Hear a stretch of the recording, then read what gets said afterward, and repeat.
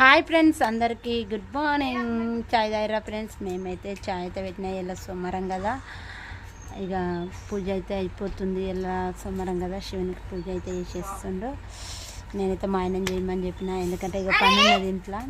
మళ్ళీ ఆయన్నే చేస్తాను అన్నాడు. ఇట్లా మళ్ళీ నేను చేస్తలేను కదా, బొంట అయితే వేసుకో అని చెప్పిండు.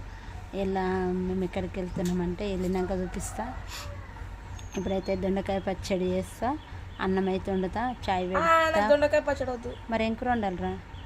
అస్సలు వీడు దొండకాయ పప్పు తిన్నాడు, దొండకాయ పచ్చడి తిన్నాడు. దొండకాయ పచ్చడి మాత్రం సూపర్ ఉంటుంది, కానీ వీనికి నచ్చది.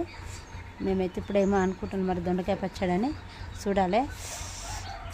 టమాటా పచ్చడి పెట్టిన, ఇంకా అది రుబ్బాలు ఎట్టెట్టు కలిపి పెట్టేసిన. మేమైతే ఈరోజు అయితే ఒక దగ్గరికి వెళ్తున్నాము, ఎందుకంటే మేము ఒకటి కొనుక్కున్నాం కదా, అక్కడికైతే వెళ్తున్నాము.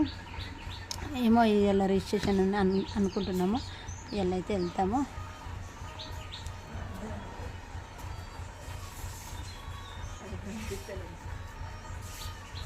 చాయ్ అయితే పెడదాం. చాయ్ అయితే పెడతా. పాలు అయితే తెచ్చిన. చూడు ఎడక్కడ వెళ్ళారా, చూడు దగ్గర కట్టిగా.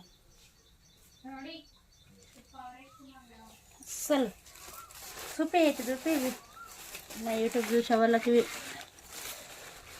ఈ ఖరాబ్ అయినాయా మంచిగా ఉన్నాయా కామెంట్ బాక్స్లో కామెంట్ పెట్టండి. ఖరాబ్ అయినాయి అంటారు, నేనైతే బాగున్నాయి అంటున్నా. ఏమన్నా కానీ ఖచ్చితంగా పూరి తింటే ఈరోజు. అంటే ఇంట్లో పూరి చాయ్లో తింటుందని అనుకున్నా సరే, బయట మాత్రం టిఫిన్ మాత్రం హోటల్లో చచ్చిపోయినా ఏ ఆకలికి 3 రోజులు అంటా, కానీ నేనైతే టిఫిన్ చేశాను. పూరి అస్సలు బయట తిన, ఎందుకంటే అబ్బో అది కాగబెట్టిన నూనెలే ఉంటుంది కాబట్టి నేను అస్సలు తినా. మా అమ్మ వాళ్ళ ఇంటికి పోతే, అక్క వాళ్ళ ఇంటికి పోతే అంతే ఏటన్నా కానీ బయట అస్సలు తిన పూరీలు. మళ్ళీ అదొకటి చెప్తున్నా, ఎందుకంటే అబ్బో నూనె మసిలిపోతుంది. నేనైతే పూరి తింటున్నా. బాయ్. మా వీడియో నచ్చితే లైక్ చేయండి, షేర్ చేయండి, మా ఛానల్ని సపోర్ట్ చేయండి. ఓకేనా? Please like. బాయ్.